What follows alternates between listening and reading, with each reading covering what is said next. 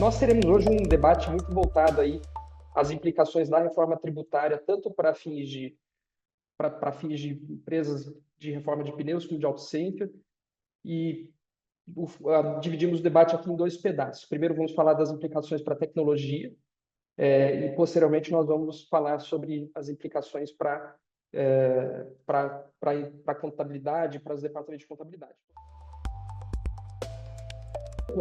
Por que a reforma tributária desperta tanto interesse? O que nós temos ouvido? É um tema que tem que estar no radar de todos os empresários, de todos os donos de empresas, sejam elas pequenas, médias ou grandes. A gente vê nas conversas que algumas pessoas têm uma leitura, às vezes, equivocada de que, bom, minha empresa está no simples, então não vai ter tanta afetação. Minha empresa é de tal setor, então não tem impacto. Na verdade, todo mundo tem algum nível de impacto e, para o segundo ponto, nós aqui no setor de reforma de pneus, no setor de auto centers e truck centers, temos algumas características muito específicas. Sobre isso também que a gente vai falar hoje. Então, principalmente aqui o foco é este, a gente conseguir trazer a reforma tributária para o nosso universo. E o terceiro ponto que a gente tem que ter atenção a gente só começou esse assunto. Então, 2025 é o ano do preparo, 2026 é o ano que a reforma de fato começa a rodar, mas a gente está diante aqui fazendo uma analogia com a reforma de uma casa, né? Agora a gente está planejando, o projeto já está na nossa mão, a gente vai começar a fazer as implantações. Nós aqui mesmo, para fins de ERP, de software, a gente já fez os ajustes da nossa plataforma, mas a gente começa agora a implantar as mudanças dos nossos clientes. E os efeitos vão ser sentidos a partir de 2026. Então, de 2026 até 2033, a gente vai estar naquela casa em obras, né? A gente vai estar naquela casa com sempre alguma coisa sendo mexida, a legislação vai sendo detalhada e a gente vai tendo algumas coisas que vão mudando e a gente tem que estar atento a isso.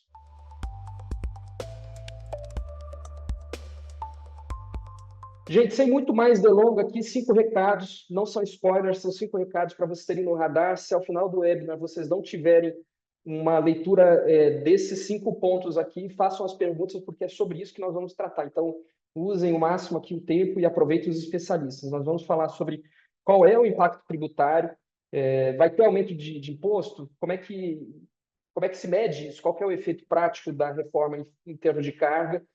Segundo, bom, vai ter desde que você, se você não se atentar para o segundo ponto, que é dos créditos tributários, sem dúvida você vai estar numa situação mais complicada. Então, segundo ponto importante, preste muita atenção nos processos de compra e como que isso gera crédito para que você, na tua operação, não tenha um efeito de carga majorada.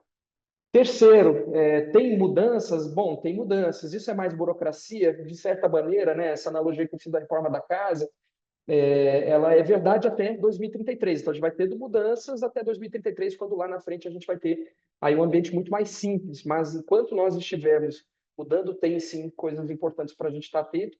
Quarto, também já falamos, impacto por simples, tem impacto, então fiquem atentos, a gente vai falar sobre isso. E quinto, último aqui, já quase passando para a Nayara fazer as suas palavras e começar o debate, vamos nos preparar. Eu acho que todo o processo de mudança ele exige preparo e é para isso que a gente está aqui. Contem conosco. Nai, contigo, quero que você comece aí dando um pouquinho de luz para as pessoas que estão nos ouvindo. Como é que o pessoal pode se preparar? A palavra é sua. Boa tarde, pessoal. Obrigada, Guilherme. Boa tarde para todo mundo que está assistindo. Muito importante a presença de vocês aqui hoje. Como o Guilherme comentou, o período de transição ele é longo, né? Mas ele já começou. A gente não pode dar bobeira. Já está muito na nossa porta. Janeiro está logo aí. E apesar que a fase dos destaques dos impostos nos documentos aí elas comecem só lá em janeiro, agora é mais do que a hora de a gente entender tudo o que está acontecendo com essa nova reforma e também procurar começar essa fase de adequação, né? Entender tudo que a gente precisa fazer aqui, tudo que a gente vai precisar buscar entender.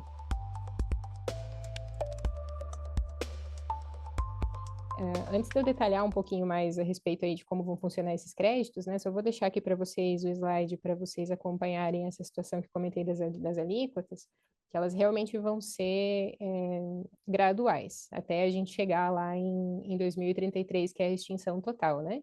Então, lá em 2027, a gente começa a trabalhar exclusivamente com a CBS Esquece, PiscoFins. 2029 a 2032 vai acontecer a transição gradual do IBS. Para 2033, a gente trabalhar apenas com IBS e CBS, tá? Só para clarear um pouquinho o que eu falei das alíquotas ali antes. Nai, estou aprendendo contigo. Eu vou dar uma aceleradinha aqui para usar o máximo do nosso tempo e já te passo também uma pergunta que a gente recebe muito. Ah, e a pessoa do Simples? Estou no Simples, o que que muda? Continue, gente, mandando as perguntas no Q&A, que a gente vai aproveitar isso ao final, mas essa do Simples é mais recorrente. O que que você nos diz aí? Vou ser breve aqui no caso do Simples, então. O Simples pode continuar exatamente como está hoje, isso é uma opção, ou ele pode optar por um novo regime que a Receita vai disponibilizar, que é fazer o recolhimento do imposto da IBS e da CBS por fora da guia do DAS. E por que que isso vai acontecer? Vamos pensar hoje, quem está no Simples, chega lá, sei lá, nós estamos no anexo 3, numa determinada faixa que eu pago 13,5 de imposto. A gente sabe que dentro desses 3,5, um percentual vai ser destinado a IBS e CBS, assim como funciona hoje para os outros impostos. Se eu continuar no Simples, o crédito que eu gero para o meu cliente, que pode ser uma empresa do lucro real, ele vai estar limitado a esses 8%. Enquanto nesse mesmo tempo eu tenho um concorrente aqui que é do lucro real que está vendendo e creditando os mesmos 28 que o meu outro cliente tem direito. Então, se a gente olhar só sob essa ótica, é desleal, né? Bem desleal, porque a gente prejudica aí quem representa 75, 80% das empresas do Brasil hoje. Então, para que isso não aconteça, para que não exista essa deslealdade, vai ser permitido à empresa do Simples fazer o recolhimento do IBS e da CBS por fora. O resto dos impostos e todas as outras dinâmicas continuam dentro da mesma estrutura do Simples. Continua tudo pelo DAS. Mas IBS e CBS podem ser recolhidos por fora. É como se eles fizessem parte do regime normal e do Simples ao mesmo tempo, só para alguns impostos diferentes.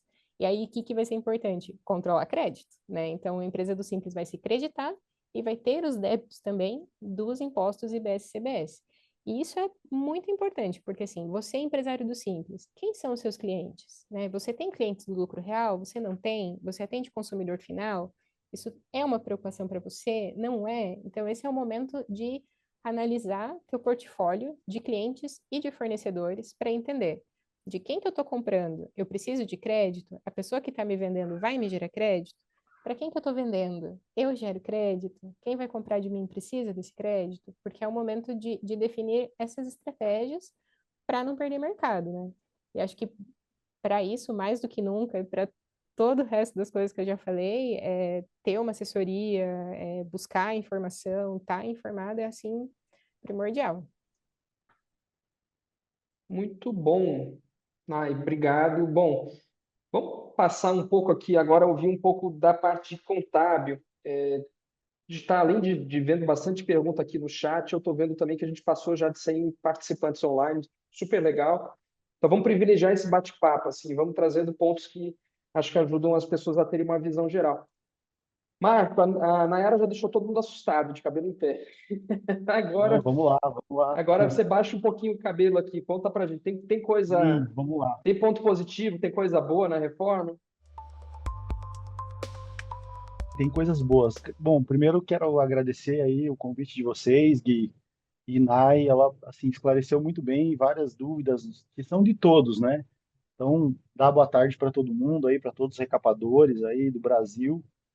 E assim, gente, vamos lá. Essa é a reforma, essa reforma tributária, a gente espera ela há muito tempo, né? E essa é a maior reforma tributária dos últimos 40 anos, a gente pode colocar assim, né? E aí tem muitas coisas que a gente pode falar, a gente tentou colocar aqui em pontos, né? Vamos colocar aqui 6 pontos principais em que a gente tem que estar atento. Então, a Nai falou ali muito bem que a gente está copiando um modelo. A gente deixar muito claro que a gente está copiando um modelo europeu, que é do IVA, né? Que é o imposto do valor agregado, que é aquilo, por exemplo, que a gente está acostumado a ver em alguns países, quando você agrega valor a alguma coisa. Comprei algo por R$ 100, coloquei R$ 20, vou pagar imposto sobre os R$ 20. Então, para aquele recapador, para aquele truque que está no Simples, ele precisa se ligar nisso, como a Nay falou, a gente vai conviver com dois sistemas aí e tudo mais. Então, isso é uma coisa que precisa ficar claro para todo mundo. Então, vamos lá. Hoje, a gente lida com ICMS, ISS, PIS, COFINS e IPI. Com exceção do IPI, que vai ser a alíquota zero, todos esses outros tributos vão ser eliminados, né? A gente vai deixar, a gente vai ter uma simplificação. Então, o primeiro ponto positivo da reforma é que a gente vai simplificar, a gente vai trocar 5 tributos por 2. Seria aí o que a gente está chamando de IBS e CBS, né? Em outros países, a gente também teve essa mudança, que eram vários tributos, e aí mudou para um tributo só, que é o IVA. Aqui no Brasil, por conta aí da nossa Constituição, a gente tem que dar autonomia aos estados e municípios, e para isso a gente criou 2 tributos, IBS e CBS, né? Então, o ponto positivo vai ter simplificação na forma de calcular o tributo, né? Esse é o primeiro ponto. Segundo ponto e isso é muito, assim, gente, é muito legal para os recapadores, principalmente aqueles que estão no Simples. Hoje, a gente tem muito crédito tributário, que se perde, e aí o recapador pergunta para a gente, né? Marco, por que que eu não posso utilizar esse crédito? Porque são 5 leis diferentes, né? Eu tenho uma lei para PIS, uma para COFINS, uma para ISS, então não dá. A gente tem que centralizar. E aí foi isso que o legislador, na hora de escrever a lei, sentou lá Estado, município e União, e eles tentaram fazer com que isso ficasse único, né? Vamos gerar crédito? Todo mundo concorda que isso deve gerar crédito? Todo mundo concorda. Então, vamos em frente, né? Então, por exemplo, assim, para um truck center recapadora, por exemplo, o imposto pago na banda, na colagem, no própria compra e venda de pneu, energia elétrica, tudo isso são créditos que a gente já conhecia para quem está no lucro real. Mas no simples eu vou poder utilizar. Mas eu também vou poder utilizar aquela ampla base. Por exemplo, o pessoal fala, Marco, eu gasto material de limpeza aqui na minha empresa. Eu vou poder utilizar? Hoje não pode, mas eu vou passar a poder utilizar esse crédito como um crédito bom na hora de calcular o meu imposto, né? Então, é óbvio que isso vai exigir disciplina, vai exigir que as notas sejam precisas, conferidas, que eu tenha controles internos organizados, né, que eu tenha uma equipe treinada para registrar tudo isso corretamente, né? A Nai bem falou, gente, o litígio vai diminuir, né? A guerra tributária vai diminuir, vai ter um ponto para a gente falar disso. Então é muito importante que a gente tenha tudo isso mapeado, né? Terceiro, esse é muito legal para o recapador também, né? E para o truck center. Essa atividade específica, a gente brinca assim que tem muito ativo imobilizado, muita ferramenta envolvida. As ferramentas são caras, né? Então, o que que acontece hoje? Na regra de hoje, eu compro um equipamento, seja ele qual for, máquina, elevador, máquina de recapagem, autoclave, monovia, painel, né, painel solar, tudo isso eu compro e vou aproveitando aos poucos. E eu vou aproveitando isso aos poucos, né? Com a reforma, eu vou aproveitar isso de uma forma única, vou gerar um estoque de crédito, né? Então, por exemplo, comprei lá uma autoclave, uma monovia, sistema de painéis e tal, eu vou utilizar esse crédito no momento em que eu fizer a compra. Então, isso é uma baita mudança, né? Uma baita mudança que a gente sabe que logo quando a empresa faz o investimento, e essa é a cópia do modelo europeu, naquele primeiro momento que o empresário está modernizando a fábrica dele, comprando máquinas novas, comprando equipamentos novos, ele não vai poder aproveitar todo aquele crédito. Agora, com a reforma, vai poder utilizar de uma única vez, vai gerar um estoque de crédito. Então, é como se ele ficasse com estoque para ir utilizando conforme vai utilizando os equipamentos. E não era assim, a gente usava a depreciação, né? Depreciação contábil, que muitas vezes não era a realidade. A gente tem recapagens aí que rodam 2 turnos, por exemplo. Aí a pessoa pergunta, Marco, mas eu devo usar só uma depreciação? Aí tinha que fazer um laudo para usar a depreciação acelerada e coisa e tal. Tá? Então, esse é outro ponto bem legal, né? Quarto ponto que a gente pode colocar aqui é transparência nos custos, né? Então, assim, para quem nunca se preocupou em utilizar, estou no regime simples, não me preocupo com as despesas, porque eu estou pagando sobre faturamento. Vai precisar, vai precisar se incomodar um pouco com isso. Vai precisar mudar culturalmente, né? E tentar ter controle absoluto de todo o teu gasto, porque todo gasto vai ser importante para você ter crédito, né? Então, esse é um ponto bem crucial que a gente chama da reforma e a gente tenta trazer aqui para vocês, né? Quinto ponto, seguinte, pô, Marco, tem um monte de estado, um monte de município que dá benefício fiscal, né? Aqui no meu município não tem, mas no município do meu vizinho o ISS é mais baixo. Eu estou no estado que a venda tem benefício fiscal e eu não tenho, né? O pessoal lá do Espírito Santo tem lá o Compete, o programa do Paraná já teve outros. Então, assim, a ideia da reforma tributária, e é um ponto positivo que eu coloco, é que ela vai reduzir o litígio. Cara, isso é muito legal. Então, eu vou ter uma diminuição daqueles processos, né? Vamos entrar com processo, vamos entrar com processo. Então, hoje, muita gente, muita empresa gasta uma parte enorme do tempo discutindo a interpretação da lei e mudando o comportamento do agente, né? Eu vou me instalar em determinado município porque lá o ISS é mais barato, né?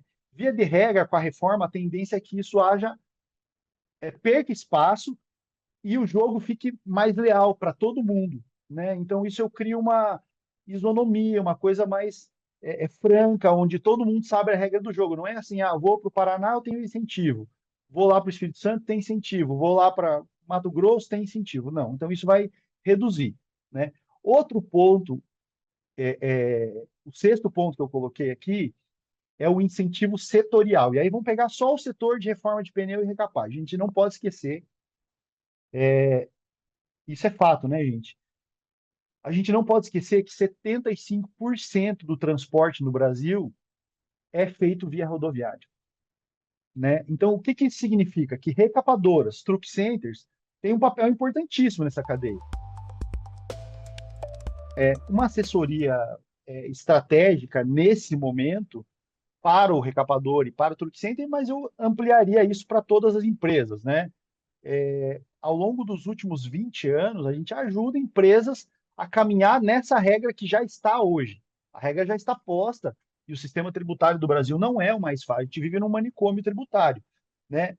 Tendo em vista que o legislador colocou centenas de regras, né? Eu tenho um colega meu que disse, centenas de milhares. Não, cara, centenas. Vamos falar em centenas de regras. Então, nós temos centenas de regras novas, né? Ter uma assessoria conjunta, que estude o caso especificamente da tua empresa, olhe para os créditos, entenda, pegue na sua mão, atravesse, né? Atravesse essa floresta que vai ser a reforma tributária. Isso a gente consegue fazer e consegue ajudar o recapador, isso a Junsoft consegue fazer. Outros contadores no Brasil, outros tributaristas no Brasil também vão ter que pensar nisso. Você tem que colar no teu contador, colar na empresa de software, colar no teu advogado, chamar eles para a mesa, né, Gui? Eu preciso chamar essas pessoas para a mesa e fazer uma discussão ampla da reforma para aí, então, poder tomar as ações, né? Esse é o primeiro ponto. Então, eu diria assim, contadores, engenheiros de software, advogados tributaristas têm que estar do lado da empresa para entender o cenário que a gente está vivendo, entender o quão impactante vai ser a reforma naquele caso específico. Porque no caso de um hospital, também vai ser muito específico. Então, vai ter que esmiuçar isso e trabalhar, né? Segundo ponto, assim, o pessoal falou no chat ali, pô, vai ter aumento de carga tributária. Gente, a gente não pode ser tão inocente. A gente está num sistema tributário e num país que o sistema tributário é arrecadatório, e tem muito investimento para poder arrecadar mais. A estimativa de alguns especialistas é que a reforma tributária traga para os cofres públicos R$ 1 trilhão ao ano, depois que ela estiver completamente implantada, né? R$ 1 trilhão por ano. Então vamos lá. Aqueles que pagavam muito vão passar a pagar médio, os que pagavam pouco, que é o caso aí específico, já vi que tem no chat ali, o pessoal falando, pô, mas minha recapadora é só serviço, não vendo, tal. Via de regra, o setor de serviço, ele era um setor que pagava pouco, entre aspas, porque o empresário sabe que na linha do balanço dele lá, o impacto é grande, né? Então, às vezes o cara fala, pagava 8 é pouco. No meu entendimento é muito, mas tudo bem. Então, pagava menos do que os demais, e sim, vai ter aumento de carga tributária, né? Então, você ter um parceiro que faça a conta com você, que esteja ao teu lado, que esteja com o software preparado, você vai conseguir vislumbrar isso e sair na frente, né? Terceiro ponto aí, a transição, gente, ela é longa. A Nai já falou sobre isso, o Gui também. Então, assim, vamos lá. A transição dura de 2026, que é ano que vem, né, até 2033. Então, assim, o período de transição é muito longo. A reforma não é que ela veio de uma hora para outra.